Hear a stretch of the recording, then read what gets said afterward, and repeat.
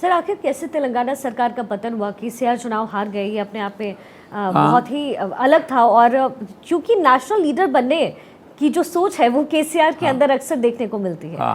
तो ये क्या हुआ? क्या है कि सोच तो ख़त्म हो गई।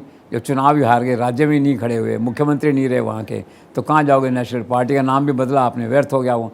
अब सवाल आपका वाइटल ये है कि चुनाव कैसे हारा उन्होंने, ठीक है ना? तो एक तो मोराल है इसके अंदर बड़ा इंपॉर्टेंट कि कर्नाटक में चुनाव जीतते ही, बेंगलोर में चुनाव जीतते ही हैदराबाद क्या है, बिल्कुल बगल में है, 40 मिनट की फ़्लाइट है, असर आता है। मोराल ट्रेवल कर गया वहाँ से, बेंगलोर से हैदराबाद, कांग्रेस वर्कर्स में, कि हम चुनाव जीत सकते हैं जो है। और पहली बार उनको ऐसा लगा कि मुस्लिम वोट चूँकि पड़े हैं कर्नाटक में डिसाइसिवली, तो तेलंगाना में मुस्लिम्स ने सोचा कि हम डिसाइसिवली वोट कांग्रेस को दें तो हम पलट सकते हैं बाजी। क्योंकि बीआरएस पे पहले डाउट है कि वो अंदर ही अंदर बीजेपी के साथ कुछ कर रहे हैं, अपना अंडरस्टैंडिंग कर रहे हैं। तो इससे क्या है कि सारा मुस्लिम वोटर जो है ना वो यूनाइटेड हो गया, कंसोलिडेटेड हो गया इन फेवर ऑफ कांग्रेस। एक तो ये कारण रहा।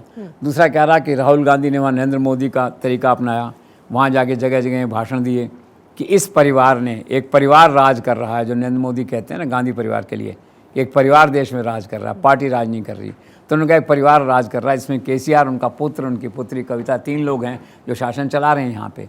और एक कहा सेकंड, इन लोगों ने लूटा यहाँ 1 लाख करोड़ रुपए, आप हमें वोट दीजिए, हम वो पैसा निकालेंगे, आपके खाते में डालेंगे। ठीक, इस तरह के लुभावने नारे चले वहाँ पे। तो कुल मिला क्या हुआ, 3 फैक्टर है वहाँ पे। मुस्लिम वोट्स हो गए इस तरह के, प्लस क्या है कि आपका जो फ्री भी है, आपका जो मुफ्त वाली योजनाएं हैं, इन्होंने काम किया। प्लस ये राहुल गांधी ने इस तरह की बातें वहाँ कहीं जा करके एंटी करप्शन, मतलब करप्शन एक मुद्दा वहाँ पे, करप्शन और परिवारवाद का मुद्दा वहाँ बनाया। चल गई, उनकी तकदीर थी, कांग्रेस आ गई, उनकी तकदीर थी, वो हार गए। अब नेशनल में तो कहाँ जाएंगे।